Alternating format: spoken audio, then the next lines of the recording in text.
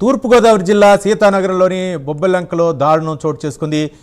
చోడదాసి పండు అనే వ్యక్తి తన మాజీ భార్య లత, ఆమె తల్లి గుమ్మడి లక్ష్మిని కత్తితో నరికి చంపాడు. సంఘటనా స్థలానికి చేరుకున్న పోలీసులు మృతదేహాలను పోస్టుమార్టం నిమిత్తం ఆసుపత్రికి తరలించారు. అయితే కుటుంబ కలహాల వల్లే మొదటి భార్య లతకు పండు విడాకులు ఇచ్చాడు. ప్రస్తుతం వేరే మహిళతో పండు జీవనం సాగిస్తున్నాడు. ఈ క్రమంలో లత, లక్ష్మిలను కత్తితో నరికి చంపాడు. ఈ ఘటనపై పోలీసులు కేసు నమోదు చేసి నిందితుడిని అదుపులోకి తీసుకొని విచారిస్తున్నారు. మరింత సమాచారం మా కరెస్పాండెంట్ శ్రీరామూర్తి అందిస్తారు. శ్రీరామూర్తి.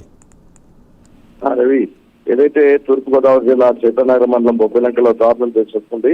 ప్రేమించి పెళ్లి చేసుకున్న భార్య లతను అడ్డొచ్చిన అత్త లక్ష్మిని నిన్న అర్ధరాత్రి తర్వాత అతి కిరాతకంగా కత్తితో నరికి సోడదాసి పండు నరికి చంపాడు.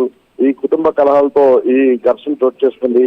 నిన్న అంటే ఆల్రెడీ విడాకులు తీసుకుని లక్ష్మిని వదిలేసినప్పటికీ కూడా నిన్న ఎందుకు అర్ధరాత్రి ఇంటికి వచ్చి భార్య ఇతని మీద ఎవరైతే అత్తగారి మీద అలాగే భార్య లత మీద కూడా అతి కిరాతకంగా కత్తితో దాడి చేసి అక్కడికి నరికాడు. ఈ దీంతో అక్కడికక్కడే వారు చనిపోయారు.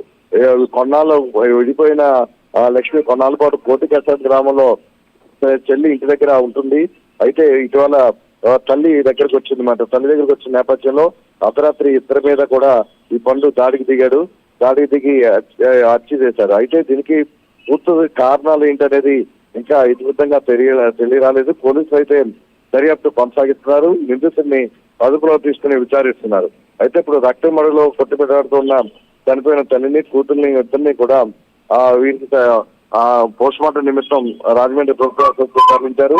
అయితే పండుకి గతంలో కూడా నేర చరిత్ర ఉంది. వీళ్ళు ప్రేమించి పెళ్లి చేసుకున్నప్పటికీ కూడా ఒక కుటుంబ కలహాలతోటి విడాకులు ఇచ్చాడు. ఇంకో మహిళతోటి ప్రస్తుతం పండు ఇంకో మహిళతో ఉంటున్న పరిస్థితి ఉంది.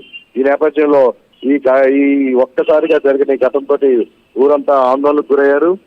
ఉదయం నుంచి కూడా ఇక్కడ ఒక ఉద్రిక్త వాతావరణం ఉన్నప్పటికీ కూడా నిందితుని అదుపులోకి తీసుకోవడంతో పరిస్థితి అయితే అదుపులోకి వచ్చింది. ఇప్పుడు వీళ్ళిద్దరినీ కూడా పీఎం కోసం రాజమండ్రి ప్రభుత్వం తరలించారు. విచారణ రాజనగరం చిత్తనగరం పోలీసులు కొనసాగిస్తున్నారు. Thank you Sriramurthy.